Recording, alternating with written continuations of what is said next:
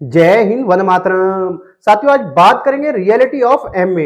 MA के बाद job मिलेगी या फिर नहीं मिलेगी, एमए करना चाहिए नहीं करना चाहिए, क्या आज की डेट में एमए का स्कोप है या फिर नहीं है।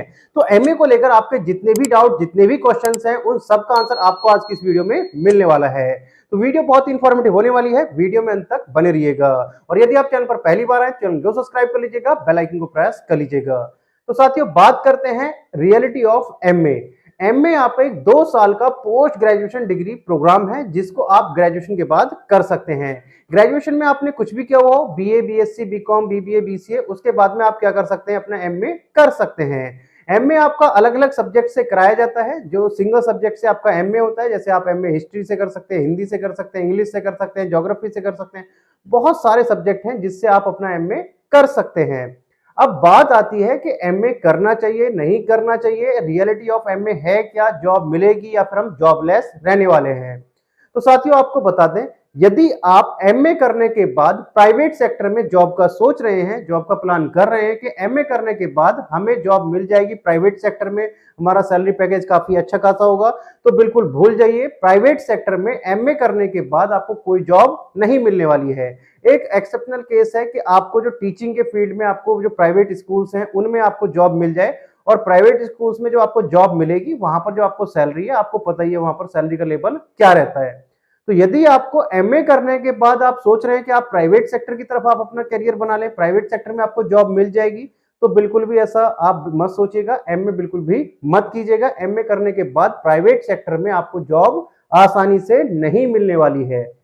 बात करें साथियों के एमए के बाद क्या गवर्नमेंट जॉब में स्कोप है, तो साथियों एमए क्या है, पोस्ट ग्रेजुएशन डिग्री प्रोग्राम है। जब आप एमए करते हैं और एमए करने के बाद आप गवर्नमेंट की तरफ आप अपना प्लान करते हैं, तो फिर आप एमए कर सकते हैं। एमए करने के बाद आप पोस्ट ग्रेजुएट हो जाते हैं।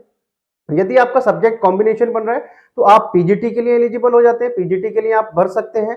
इसके साथ साथ यदि आप एमए करने के बाद अपना पीएचडी के लिए एलिजिबल हो सकते हैं, तो पीएचडी आप कर सकते हैं। एमए करने के बाद आप अपना असिस्टेंट प्रोफेसर के लिए आप जा सकते हैं। तो यानी कि यदि आपको गवर्नमेंट जॉब की तरफ जाना है या किसी एक पर्टिकुलर सब्जेक्ट को लेकर आपको उसमें अपना कैरियर बनाना है, तो आप एमए कर सकते हैं। वहां पर आपका अच्छा खासा स्कोप है, उस सब्जेक्ट से ही आप अपना एमए करिए। जैसे आपको इंग्लिश का लेक्चरर बनना है, इंग्लिश का आपको प्रोफेसर बनना है, तो इंग्लिश से आप अपना बीए करिए, इंग्लिश से फिर आप अपना एमए करिए, इंग्लिश से आप अपना पीएचडी करिए, तो आप अपना प्रोफेसर बनिए। अच्छा आपका इसमें स्कोप रहने वाला है। लेकिन ध्यान रखिएगा, यदि आप एमए करने के बाद सोच रहे हैं कि प्राइवेट सेक्टर में हमें जॉब मिल जाएगी, तो बिल्कुल भी ऐसा नहीं है। प्राइवेट सेक्टर के लिए आप प्रोफेशनल कोर्स करिए या फिर आप अपना शॉर्ट टर्म कोर्सेज करके कैरियर बनाइए। डिजिटल मार्केटिंग में अपना एमबीए कीजिए, एमसीए कीजिए, तो इन कोर्सेज का स्कोप है प्राइवेट सेक्टर में यदि आपको जॉब चाहिए।